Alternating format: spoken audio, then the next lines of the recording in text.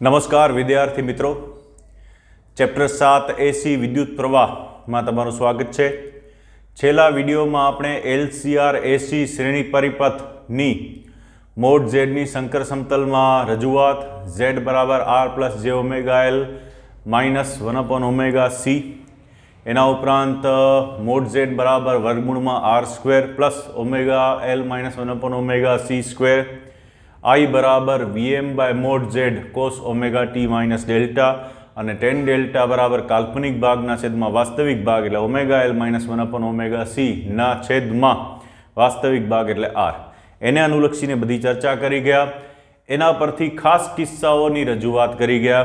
खास किस्साओनी अंदर मात्र R, मात्र L, मात्र C, पछी RL, RC અને LC एवी रीते 6 खास किस्साओ અને 6 ખાસ કિસ્સાઓને અનુલક્ષીને બધા જ સૂત્રોની વિગતે ચર્ચા કરી ગયા। એના પરથી ડેલ્ટા બરાબર π/2, ડેલ્ટા બરાબર -π/2, RL હોય, RC હોય, LC હોય તો tan ડેલ્ટા કેવી રીતે લખી શકાય એ વિગત પણ જોઈ ગયા। અને મોડ ઝેડની શંકર સમતલમાં જે રજૂઆત થાય એ પ્રમાણે ખૂણો કેટલો થાય, ડેલ્ટા કેટલા થાય એ પણ જોઈ ગયા। વોલ્ટેજથી પ્રવાહ કેટલો આગળ છે અને કેટલો પાછળ છે એને અનુલક્ષીને દોરાતા આલેખ વિશેની પણ ચર્ચા કરી ગયા। આમ એલસીઆર પરિપથને અનુલક્ષીને વિવિધ ખાસ કિસ્સાઓની ચર્ચા છેલ્લા વિડીયોની અંદર આપણે કરી ગયા। આ વિડીયોની અંદર મિત્રો આપણે એક નવી જ વસ્તુ ફેઝર મેથડ અને એને અનુલક્ષીને જુદા જુદા જે કોન્સેપ્ટ છે એને અનુલક્ષીને ચર્ચા કરીશું।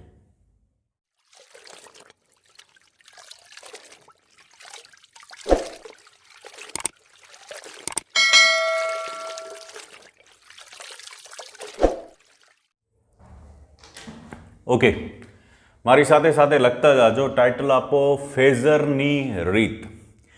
फेजरनी रीतनो उपयोग कई जग्याए थाय छे पहेला ए समजी लो। जेवी रीते जेम केम स्थान सदिश छे, वेगनो सदिश छे, प्रवेगनो सदिश छे, एवी रीते सदिशना स्वरूपमां कोई पण भौतिक राशिनी रजूआत करवामां आवे छे। एवी ज रीते विद्युत प्रवाह छे ए आम तो अदिश राशि छे। I बराबर Q/T અને Q बराबर NE, ज्यां E एटले इलेक्ट्रॉन परनो विद्युत भार અને n इलेक्ट्रॉननी संख्या है। एटले आम तो विद्युत प्रवाह एटले अमुक समयमां अथवा 1 सेकंडमां पसार थतो विद्युत भारनो जथ्थो अथवा इलेक्ट्रॉननी संख्या। एटले विद्युत प्रवाह एटले विद्युत भारोनी संख्या छे। संख्या होवाथी ते अदिश राशि छे, परंतु केटलाक संजोगोमां आपणे एने सदिशनी जेम विचारी शकीए छीए। आवो जे सदिश छे जे समय साथे बदलाय छे, हाँ, एने फेजर कहेवामां आवे छे। फेज एटले कड़ा, अने जेनी कड़ा समय साथे बदलाती होय एने फेजर PHASOR फेजर कहेवामां आवे छे। एटले क्यारेक क्यारेक विद्युत प्रवाहनी गणतरी माटे विद्युत प्रवाहने सदिश तरीके नहीं पण फेजर तरीके लई शकाय छे। जे भौतिक राशिओ अमुक संजोगोमां अदिश तरीके અને કેટલાક સ્પેશિયલ સંજોગોમાં સદિશની જેમ કામ કરતી એવી ભૌતિક રાશિને ટેન્સર કહેવામાં આવે છે, જે તમે ભવિષ્યની અંદર ભણશો। પણ હાલ પૂરતું વિદ્યુત પ્રવાહને ફેઝર તરીકે લઈ અને આપણે કામ કરીશું। તો ફેઝરની રીત, વિદ્યુત પ્રવાહનું સૂત્ર લઈએ। વિદ્યુત પ્રવાહનું સૂત્ર આપણે નોંધી ગયા છીએ। I બરાબર IM, જે IM એટલે VM by mod Z cos omega t minus delta अथवा प्लस डेल्टा ए रीते लखी शकाय। हवे आ जे भौतिक राशि है एने फेजरनी जेम दर्शावવું હોય તો કેવી રીતે દર્શાવાય? તો કે મોડ ઝેડની કેમ શંકર સમતલમાં રજૂઆત કરતા એવી રીતે અહીંયા x અક્ષ અને y અક્ષ પર એની રજૂઆત કરવાની। એ રજૂઆત કરવા માટે સૌથી પહેલા દોરીએ આપણે IM। બરાબર યાદ રાખજો, આ જ્યારે પણ વચ્ચે દોરીએ છીએ XY સમતલમાં ત્યારે એ I નથી પણ IM છે, હા, અને એ IM છે એ અમુક મૂલ્યનો છે, એવી રીતે દર્શાવીએ। આ જે ખૂણો છે x અક્ષ સાથેનો એને આપણે કહીએ ઓમેગા ટી પ્લસ ડેલ્ટા। તો બરાબર યાદ રાખજો, જે રેખા દોરી છે એ પ્રવાહનું મહત્તમ મૂલ્ય દર્શાવે છે, એ સમય સાથે બદલાતું નથી। જ્યારે ઓમેગા ટી પ્લસ ડેલ્ટા ખૂણો છે જે સમય સાથે બદલાય છે। આવી પરિસ્થિતિમાં આપણે IMના બે ભાગ પાડી શકીએ। એક x અક્ષ દિશામાંનો ભાગ અથવા ઘટક અને બીજો y અક્ષની દિશામાંનો ઘટક। હવે એને હું સદિશના સ્વરૂપમાં દર્શાવું છું. એક્સ અક્ષની દિશામાંનો ઘટક હોય તો એને લખી શકાય Im cos omega T plus delta, અને એ જ રીતે વાય અક્ષની દિશામાંનો ઘટક હશે તો એને લખી શકાશે Im sin omega T plus delta. અને તમે જોઈ શકો છો Im cos omega T plus delta બરાબર શું લખી શકાશે? I, એટલે કે વિદ્યુત પ્રવાહ. આવી રીતે ઘટકના સ્વરૂપમાં વિદ્યુત પ્રવાહ દર્શાવવામાં આવે છે. આ ઘટકનું મૂલ્ય શેના પર આધાર રાખે છે? ઓમેગા ટી પ્લસ ડેલ્ટા પર આધાર રાખે છે. અને જેવી રીતે આ બદલાશે ખૂણો, એવી રીતે આઈનું મૂલ્ય બદલાય છે. મહત્તમ પ્રવાહ હંમેશા કેવો જળવાઈ રહે છે? અચળ. આમ મહત્તમ પ્રવાહના સ્વરૂપમાં પ્રવાહને દર્શાવવામાં આવે છે, જે omega T plus delta phase એટલે કળા અથવા ખૂણા અનુસાર બદલાય છે. એટલે ફેઝ બદલાય છે સમય સાથે, એટલે એને ફેઝર કહેવામાં આવે છે. તો આવી રીતે આ જે છે એ સદિશની જગ્યાએ શબ્દ વાપરશું ફેઝર છે, અને આ ફેઝર છે એને I બરાબર Im cos omega T plus delta એટલે એક ઘટકના સ્વરૂપમાં દર્શાવવામાં આવે છે. તો આવી રીતે કોસ વિધેય હોય તો એને આમ લખી શકાય. જો સાઇન વિધેય હોત પ્રવાહની અંદર તો એને અહીંયા દર્શાવી શકાત. એ જ રીતે પછી આગળ આ ટાઈપના બીજા મૂલ્યો હોય જે Im cos omega T plus delta સાથે cos omega T omega 1t plus delta હોય, cos omega 2t plus delta હોય. અલગ અલગ વિદ્યુત પ્રવાહ હોય ને સરવાળો કરવો હોય તો એના સાદા સરવાળા શક્ય નથી. તો એવી પરિસ્થિતિમાં એના આવી રીતે ઘટકો લઈ અને સદિશમાં ત્રિકોણની રીત અને સમાંતર બાજુ ચતુષ્કોણની રીત લઈને જ એના સરવાળા કરી શકાય છે, અને મહત્તમ વિદ્યુત પ્રવાહ અને વિદ્યુત પ્રવાહ છે એ મેળવી શકાય છે. હા, એની અત્યારે આપણે બહુ ખાસ જરૂરિયાત નથી. ખાલી એટલું જ યાદ રાખજો કે આવી રીતે ફેઝરની રીતથી જ્યારે આપણે વિદ્યુત પ્રવાહ શોધીએ છીએ ત્યારે એ બહુ જ સહેલું થઈ જાય છે એની સાથે કામ લેવું. આમાં શું છે, બીજી રીતે કામ લેવા જઈએ તો ત્રિકોણમિતિ વિકલન સંકલનનો ભરપૂર ઉપયોગ આવે છે, જે ફેઝરની રીતમાં આવતો નથી. બહુ સરળતાથી કામ લઈ શકાય છે. ઓકે,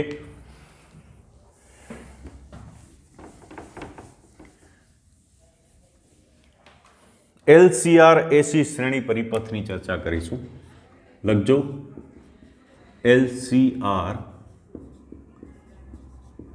AC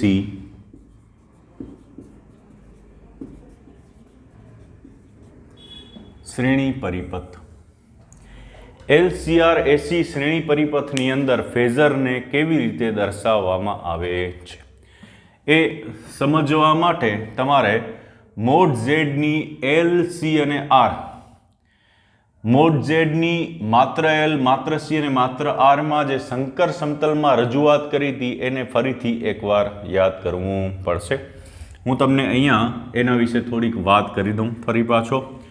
મોડ ઝેડની શંકર સમતલમાં રજૂઆતમાં આપણે આવી રીતે આકૃતિઓ દોરજો તમે મારી સાથે. એમાં દાખલા તરીકે માત્ર R, હા, તો માત્ર R જ્યારે હોય ત્યારે મોડ ઝેડમાં અહીંયા R ઉપર આપણે દર્શાવતા. આ જે છે એ આપણા માટે છે માત્ર R. પછી માત્ર L હોય ત્યારે ઓમેગા L હતું એને આપણે વાયક્ષ ઉપર આવી રીતે દર્શાવતા, અને માત્ર C હોય ત્યારે આપણે એને ઋણ વાયક્ષ ઉપર આવી રીતે દર્શાવતા. મિત્રો, LCR AC શ્રેણી પરિપથની અંદર શ્રેણી પરિપથ હોવાથી બધા જ વિભાગમાં વહેતો વિદ્યુત પ્રવાહ, બધા જ પરિપથ ઘટકોમાંથી વહેતો વિદ્યુત પ્રવાહ સમાન થાય છે. એટલે સૌથી પહેલાં હું વિદ્યુત પ્રવાહને અચળ ધારીશ. શ્રેણી જોડાણ છે એટલે વિદ્યુત પ્રવાહ અચળ રહેશે. જો વિદ્યુત પ્રવાહ અચળ રહેશે તો વિદ્યુત પ્રવાહનો સદિશ છે એ હું એક્સ અક્ષને અનુલક્ષીને પહેલાં દોરી લઉં છું. તો આ કોઈ વિદ્યુત પ્રવાહનો સદિશ છે. હવે એની સાપેક્ષે બાકીના સદિશો દોરીશું. હવે હું શું કામ, તો કે શ્રેણી જોડાણ હોવાથી વિદ્યુત પ્રવાહ સમાન રહેશે પણ વોલ્ટેજના ભાગલા પડશે, અને વોલ્ટેજના ભાગલા પડતા હોવાથી ફેઝર જે દોરાશે એ વોલ્ટેજને અનુલક્ષીને દોરાશે. ઓકે, આ થશે VR. માત્ર અવરોધ હોય પરિપથની અંદર, માત્ર અવરોધ, ત્યારે વોલ્ટેજ અને પ્રવાહના ફેઝરને આ રીતે દર્શાવવામાં આવે છે. બંને એક જ દિશામાં આવશે. ઓકે, પરિપથમાં માત્ર ઇન્ડક્ટર હોય એવી પરિસ્થિતિમાં ઇન્ડક્ટરના વોલ્ટેજ VL નો ફેઝર આ રીતે અને I આ રીતે દર્શાવવામાં આવે છે. શેના પરથી આ દોરેલું છે? મોડ ઝેડની શંકર સમતલમાં રજૂઆત. ઓમેગા L ઉપર તરફ હતું. I અને VL વચ્ચે કેટલો ખૂણો હશે? π/2 જેટલો ખૂણો હશે. એ જ રીતે પરિપથમાં માત્ર C હોય ત્યારે 1/ωc આપણે નીચે તરફ દર્શાવતા, એટલે VC જે છે એ નીચે તરફ આવશે. એ બે વચ્ચેનો ખૂણો થશે -π/2. તો આ LCR AC શ્રેણી પરિપથને અનુલક્ષીને પ્રવાહ અને વોલ્ટેજના ફેઝર દર્શાવેલા છે. ફરીથી બોલું છું, પ્રવાહ LCR AC શ્રેણી પરિપથમાં દરેક L, C અને R દરેક ઘટકોમાંથી સમાન રીતે પસાર થાય છે, એટલે આ એક જ દિશામાં દર્શાવી દેવાના. અને પછી વોલ્ટેજ મોડ ઝેડની શંકર સમતલમાં રજૂઆતને અનુલક્ષીને આ રીતે દર્શાવી શકાય. R હોય તો વોલ્ટેજ પ્રવાહની દિશામાં, L હોય તો વોલ્ટેજ પ્રવાહને લંબ દિશામાં અને C હોય તો વોલ્ટેજ પ્રવાહને લંબ દિશામાં ઋણ વાયક્ષની દિશામાં દર્શાવવામાં આવે છે. હવે આ જે છે ને એને આમને આમ યાદ રાખી લો. આવી જ રીતે આમાં કોઈ પણ જાતનો ફેરફાર કરી શકાશે નહીં. બેઝિક વસ્તુ આ જ છે કે આ LCR AC શ્રેણી પરિપથમાં ફેઝર આવી રીતે દર્શાવવામાં આવે છે. આમાં કોઈ જાતનો ફેરફાર નહીં થાય. હવે કેવી રીતે નહીં થાય એ સમજાવું. દાખલા તરીકે આ I છે અને આ V છે. એવા સંજોગો આવે કે I ને આપણે વાયક્ષ ઉપર લઈએ, તો I ને વાયક્ષ ઉપર લઈ જઈશ તો આમ થશે, તો વોલ્ટેજ છે એ ઋણ x અક્ષની દિશામાં ચાલે જશે. પણ એ બે વચ્ચેના ખૂણામાં તમે કોઈ પણ જાતનો ફેરફાર કરી શકતા નથી. તમે આમ નહીં કરી શકો. આ તો બદલાશે તો આ પણ બદલાશે. આને તમે 90 ડિગ્રી પરિભ્રમણ આપશો પ્રવાહને, તો વોલ્ટેજને પણ 90 ડિગ્રી પરિભ્રમણ આપવું પડશે. એ જ રીતે અહીંયા શું પરિસ્થિતિ થશે? તો કે પ્રવાહને વાયક્ષ ઉપર લેશો તો વોલ્ટેજ છે એ x અક્ષ ઉપર આવી જશે. બદલાશે તો બંને એક સાથે બદલાશે, કોઈ એક ફેઝર બદલાઈ શકે નહીં. એટલે આ જે સિસ્ટમ છે એને એમને યાદ રાખવાની છે. પ્રવાહની દિશામાં વોલ્ટેજ, પ્રવાહને લંબ દિશામાં વોલ્ટેજ ઉપર તરફ, પ્રવાહને નીચે તરફ વોલ્ટેજ છે એ ઋણ વાયક્ષ દિશામાં. આ R, L અને C માટેના ફેઝર દર્શાવેલા છે. દોરી નાખજો, સરસ રીતે યાદ રાખી લેજો. હવે આનો ઉપયોગ કરીને ફેઝરની આપણે સમતલમાં રજૂઆત કરીશું, જેને ફેઝર ડાયાગ્રામ કહેવામાં આવે છે. તો એ કેવી રીતે થાય છે એ પણ હું તમને સમજાવી દઉં.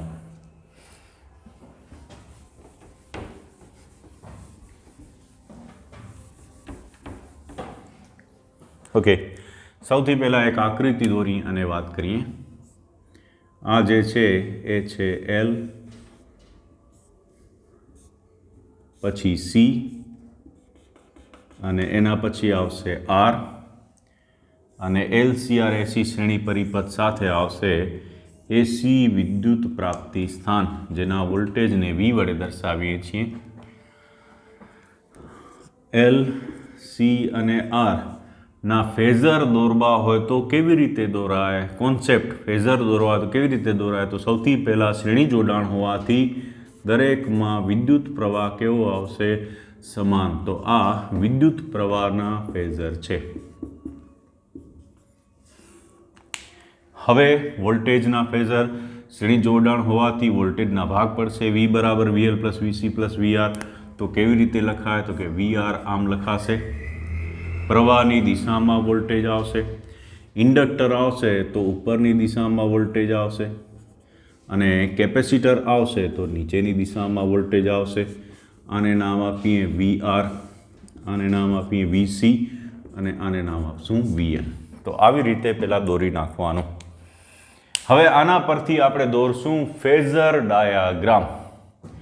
LCR AC શ્રેણી પરિપથ માટે ફેઝર ડાયાગ્રામ કઈ રીતે દોરી શકાય?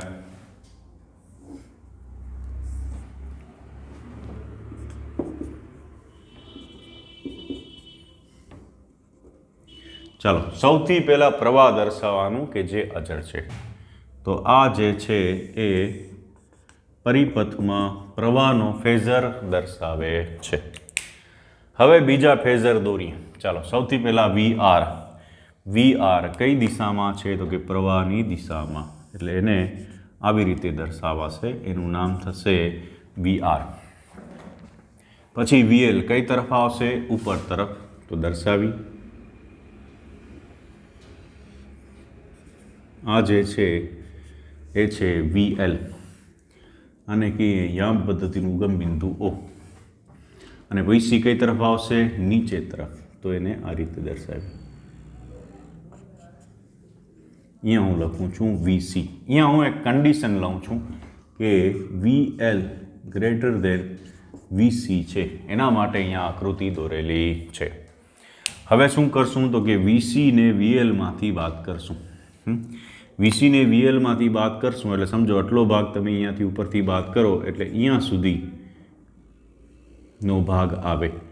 તો એને શું કહેવાય? તો કે આટલા ભાગને કહી શકાય VL માઇનસ VC. પછી VL માઇનસ VC ને અનુલક્ષીને હું સમાંતર બાજુ ચતુષ્કોણ પૂરો કરું છું. એટલે આ જે છે એ થશે પરિણામી વોલ્ટેજ. પરિણામી વોલ્ટેજ એટલે એને શેના વડે દર્શાવી શકાય? V વડે દર્શાવી શકાય.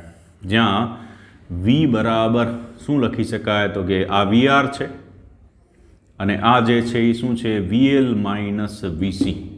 રાઈટ. તો એને આ રીતે લખી શકાય. જો લખીને આપું છું V બરાબર પાયથાગોરસનો પ્રમેય વાપરીએ તો મૂલ્યના સ્વરૂપમાં લખીએ VR² plus VL minus VC whole square અને આખાનું શું આવશે? વર્ગમૂળ. તમને ઘણી વખત આમાં જો 4 ભૌતિક રાશિ છે, તમને ઘણી વખત એમ કીધું કે અવરોધના બે છેડા વચ્ચેનો વિદ્યુત સ્થિતિમાન તફાવત આટલો, કેપેસિટરમાં આટલો અને પરિણામી વોલ્ટેજ આટલો. તો VL ઇન્ડક્ટરના બે છેડા વચ્ચેનો વિદ્યુત સ્થિતિમાનનો તફાવત શોધો. તો જ્યારે આપણે વિદ્યુતભારનું વિકલ સમીકરણ કર્યું ત્યારે આપણે એમ લખતા V બરાબર VL plus VC plus VR. પણ એનો ઉપયોગ આ પરિસ્થિતિમાં નહીં થાય. તમારે જો 4માંથી 3 આપેલા હોય અને એક વોલ્ટેજ શોધવાનો હોય તો એના માટેનું સાચું સૂત્ર આ છે. V બરાબર લખાય વર્ગમૂળમાં VR² પ્લસ VL માઇનસ VCનો સ્ક્વેર. અને આના પરથી પરિણામી વોલ્ટેજ શોધવામાં આવે છે. બીજી એક વસ્તુ યાદ રાખજો, ફેઝરમાં આગળ તમને સમજાવ્યું તેમ જ્યારે પણ ફેઝર દોરીએ છીએ ત્યારે મેં ત્યાં લખ્યું હતું IM. હા, તો બરાબર યાદ રાખજો કે આ જે I છે, VR છે, VC છે, VL છે, એ બધા વોલ્ટેજ કે પ્રવાહના મહત્તમ મૂલ્યો દર્શાવે. ફેઝર એટલે મહત્તમ મૂલ્યો દર્શાવે છે. એ મહત્તમ મૂલ્યો છે. V બરાબર IR એમ લખવું હોય તો Vની જગ્યાએ લખાય VM મેક્સિમમ વોલ્ટેજ, Iની જગ્યાએ લખાય IM મેક્સિમમ પ્રવાહ અને અવરોધ R. હા, એ રીતે. એટલે એ બરાબર યાદ રાખજો કે I એટલે I મેક્સિમમ અને VR VL VC એટલે લખી શકાય V maximum R, V maximum C કે V મેક્સિમમ L. એટલે આ મહત્તમ મૂલ્યો છે. ઓકે, અહીંયા જે ચર્ચા કરી છે એ શું છે? તો કે LCR AC શ્રેણી પરિપથમાં LC અને Rના ફેઝર દર્શાવવાની ફિક્સ મેથડ છે એ આ રહી, આમ દર્શાવાય. LCR AC શ્રેણી પરિપથ માટે શ્રેણી જોડાણ હોય ત્યારે ફેઝર ડાયાગ્રામ કઈ રીતે દોરી શકાય? તો કે આ રીતે દોરી શકાય. કઈ કન્ડિશન લીધી છે? VL is greater than VC. આ કન્ડિશન લીધેલી છે. આ કન્ડિશનમાં સૌથી પહેલા અચળ પ્રવાહ છે એટલે પ્રવાહ અચળ હોવાથી એનો ફેઝર ફિક્સ દર્શાવી દેવાનો અને પછી વોલ્ટેજના ભાગ પડે છે એટલે વોલ્ટેજનો ફેઝર આપણે દર્શાવવા માટે આ જે ફેઝર છે એનો ઉપયોગ કરવાનો. એટલે પરિણામી વોલ્ટેજ છે એ તમને આ રીતે મળશે. અને પરિણામી વોલ્ટેજ અને પ્રવાહ વચ્ચેનો જે ખૂણો છે આ એને નામ આપીએ છીએ આપણે ડેલ્ટા, એટલે કે કળા તફાવત. તો LCR AC શ્રેણી પરિપથની અંદર ફેઝર ડાયાગ્રામ એ આ રીતે દર્શાવવામાં આવે છે. આ જ રીતે સમાંતર પરિપથ હોય તો શું? LCR AC સમાંતર પરિપથ. તો એના માટે પરિપથ શું થાય અને ફેઝર ડાયાગ્રામ શું થાય એના વિશે વાત કરીએ. હવે જો આ NCERTની બુકમાં નથી પણ ઓબ્જેક્ટિવને દાખલાને અનુલક્ષીને આ વસ્તુ છે એ બહુ જ મહત્વની છે. હું ફરીને કહું છું, તમને અત્યારે કોઈ થિયરી કરાવતો નથી, હું તમને કરાવી રહ્યો છું એ છે ફેઝરના કોન્સેપ્ટ. આ કોન્સેપ્ટ કરી લીધા પછી બાકીની વસ્તુ છે એ સહેલી થઈ જશે તમારા માટે. તો જે યાદ રાખવાનું છે એ આ ભાગ છે. ચાલો, આટલું તમે મારી સાથે દોરી લીધું હશે.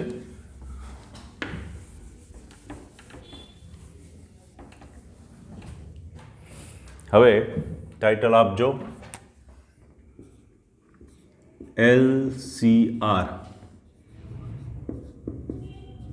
AC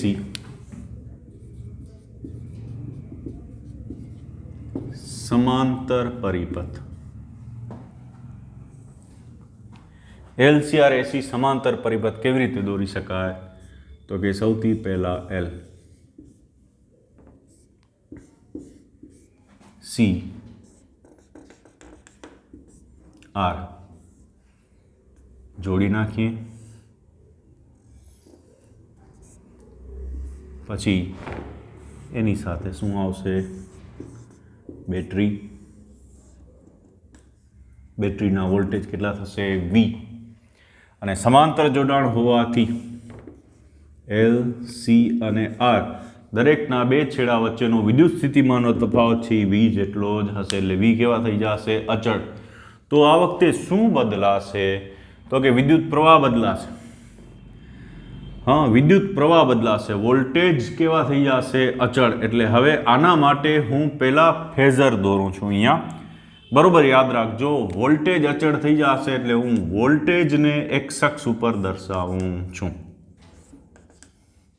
આ V છે.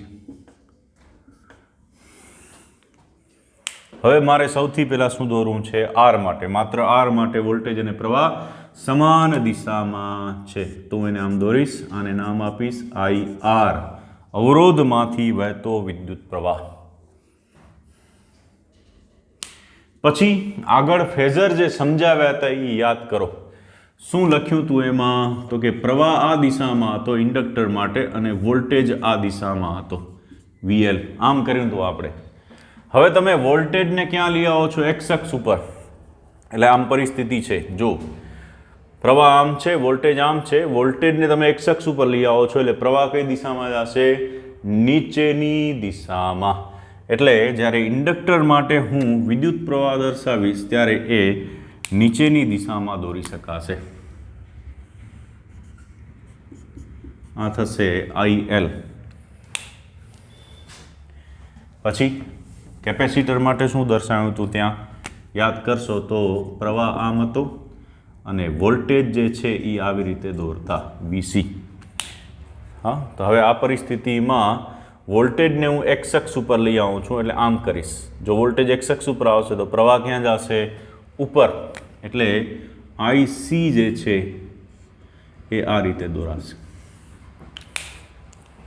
તો આ રીતે તમને વોલ્ટેજ અચળ હોય તો પ્રવાહના ફેઝર આ રીતે દોરવામાં આવે છે. હા, આ ઇન્ડક્ટરમાંથી વહેતો પ્રવાહ, કેપેસિટરમાંથી વહેતો પ્રવાહ અને અવરોધમાંથી વહેતો પ્રવાહ, એના નામ IR, IL અને IC જે ત્રણે ત્રણ સમયના વિધેય હશે. એક જ દિશામાં વહે એવું જરૂરી નથી, વિરુદ્ધ દિશામાં પણ વહી શકશે. અને એના ફેઝર ત્રણેના અહીંયા દર્શાવેલા છે. હવે સમાંતર પરિપથ માટે એની શંકર સમતલમાં ફેઝર ડાયાગ્રામમાં રજૂઆત કરીએ. તો ફેઝર ડાયાગ્રામ દોરીએ. આ એક્સ અક્ષ, આ અક્ષ, યામ પદ્ધતિનું ઉગમ બિંદુ. સૌથી પહેલા સમાંતર જોડાણ છે, વોલ્ટેજ કેવા રહેશે? અચળ. એટલે વોલ્ટેજનો ફેઝર દોરીશું V. હવે પ્રવાહના ફેઝર. પ્રવાહના ફેઝર દોરવા માટે સૌથી પહેલા દોરીએ IR, જે હંમેશા વોલ્ટેજની દિશામાં હશે. એનું નામ છે IR. પછી અહીંયા કન્ડિશન લઈએ છીએ કે IL is greater than IC માટે. એટલે IL નું મૂલ્ય મોટું છે, IC નું મૂલ્ય નાનું છે. IL કઈ દિશામાં આવશે? ચેક કરો. IL કઈ દિશામાં આવશે? નીચેની દિશામાં. એટલે આ જે છે એ થશે IL અહીંયા સુધી. IC કઈ દિશામાં આવશે? ઉપરની દિશામાં. આગળ કરી ગયા છીએ એટલે આમાં થોડી હું સ્પીડ રાખું છું. એટલે આ જે છે એ થશે IC. પછી આ બેનો પરિણામી શોધી, IL અને IC નો. તો IC છે એ આટલો ભાગ છે એ બાદ કરી નાખીએ તો ક્યાંક અહીંયા સુધી આવશે. તો આટલો જે ભાગ છે એને આપણે નામ આપશું IL - IC. અને પછી સમાંતર બાજુ ચતુષ્કોણ પૂરું કરી તો આ પરિણામી પ્રવાહ દર્શાવે છે અને પરિણામી પ્રવાહનો વોલ્ટેજ સાથેનો જે ખૂણો છે એને આપણે કહીશું ડેલ્ટા. તમે જુઓ કન્ડિશન પ્રમાણે જો IL લેસ દેન IC તો આ વસ્તુ ક્યાં દોરાત ઉપર, તો આટલો ફરક પડી જશે. ઇન્ડક્ટર અને કેપેસિટર છે એની શરત ખાસ ફેઝર ડાયાગ્રામના નીચે લખી નાખવાની.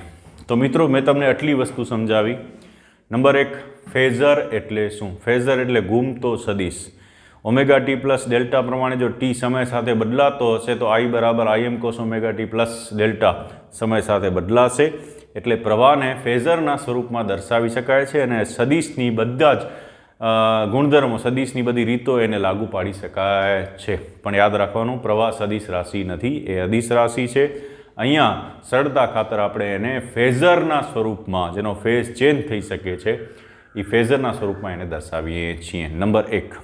નંબર 2, ફેઝર દોરતી વખતે ધ્યાન રાખવાનું કે મહત્તમ મૂલ્ય દર્શાવે છે. એના ઘટક લેવાથી આપણે I કે V શોધી શકીએ છીએ. અત્યારે જે I અને V લખેલા છે અહીંયા, એ પ્રવાહ કે વોલ્ટેજના મહત્તમ મૂલ્યો છે. નંબર 3, તમને શું સમજાયું? LC અને R ના ફેઝર કઈ રીતે દોરી શકાય?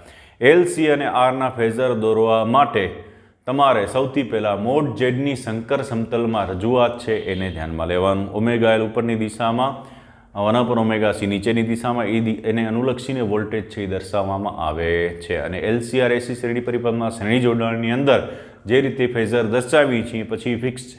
સમાંતર જોડાણમાં પણ એ જ રીતે એને દર્શાવવામાં આવે છે. ફેઝરમાં જ્યારે I બદલાય છે ત્યારે V એની સાપેક્ષે બદલાય છે. તમે I અને Vને અલગ અલગ બદલાવી શકતા નથી. હા, આ I છે, આ V છે. V x અક્ષ ઉપર આવશે તો I ઉપર હાલે જશે, I x અક્ષ ઉપર આવશે તો V ઉપર હાલે જશે. એવી રીતે એની અંદર તમે કોઈ એકને બદલાવી શકતા નથી. એક બદલાવશો એટલે બીજો છે એ બદલાશે જ. પછી LCR AC શ્રેણી પરિપથની વાત કરી.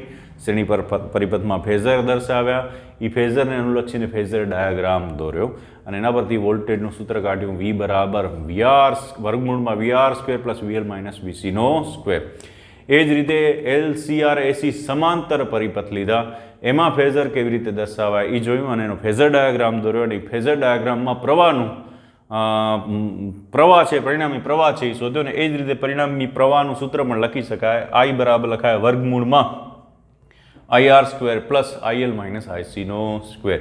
એ જ રીતે પ્રવાહ છે એ પણ લખી શકાશે. તો મિત્રો આ રીતે ફેઝરના બધા જ કોન્સેપ્ટ છે એ તમને અહીંયા ક્લિયર કરાવેલા છે.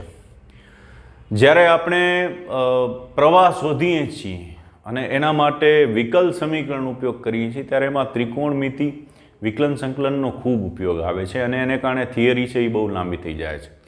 આ જ વસ્તુ જો ફેઝરની રીતનો ઉપયોગ કરીને શોધવામાં આવે તો એ પ્રવાહનું સૂત્ર I બરાબર VM cos omega t minus ડેલ્ટાના છેદમાં મોડ Z વર્ગમૂળમાં R² plus omega L minus 1 omega C². એ સૂત્ર છે એ બહુ સરળતાથી શોધી શકાય છે. અને એની સાથે સાથે બીજા સૂત્રો પણ જે મોડ Z વખતે આ શંકર સમતલમાં રજૂઆત વખતે જે વ્યાખ્યાયિત કર્યા હતા એ પણ સરળતાથી મેળવી શકાય છે. તો એટલે જ ફેઝરની રીત છે એ એક રિવોલ્યુશન ગણવામાં આવે છે એસી સર્કિટની અંદર. અને એ ક્રાંતિકારી સંશોધન એટલા માટે ગણાય છે કે એનાથી ગણતરી છે એ નાની થઈ જાય છે. તમે જો આવું જ કામ આપણે વિદ્યુત પ્રવાહની ચુંબકીય અસરોમાં પણ કરી ગયા. બાયોસાવર્ટના નિયમ વખતે રિંગ છે કે સોલેનોઇડ છે એના માટે જ્યારે આપણે સૂત્ર શોધતા ત્યારે વિકલન અને સંકલનનો ભરપૂર ઉપયોગ આવતો, ત્રિકોણમિતિનો ખૂબ ઉપયોગ આવતો.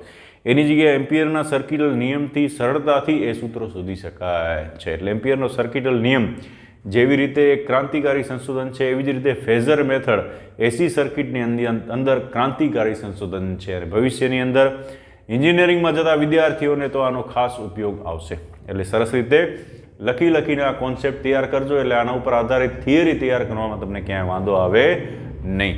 નેક્સ્ટ વિડીયોમાં આપણે આના ઉપર આધારિત થિયરી જોશું અને ફેઝરની મેથડની મદદથી વિદ્યુત પ્રવાહના અને બીજા સૂત્રો છે એ સાબિત કરીશું. આટલું રાખીએ, લખીને તૈયાર કરતા રહેજો. Thank you very much.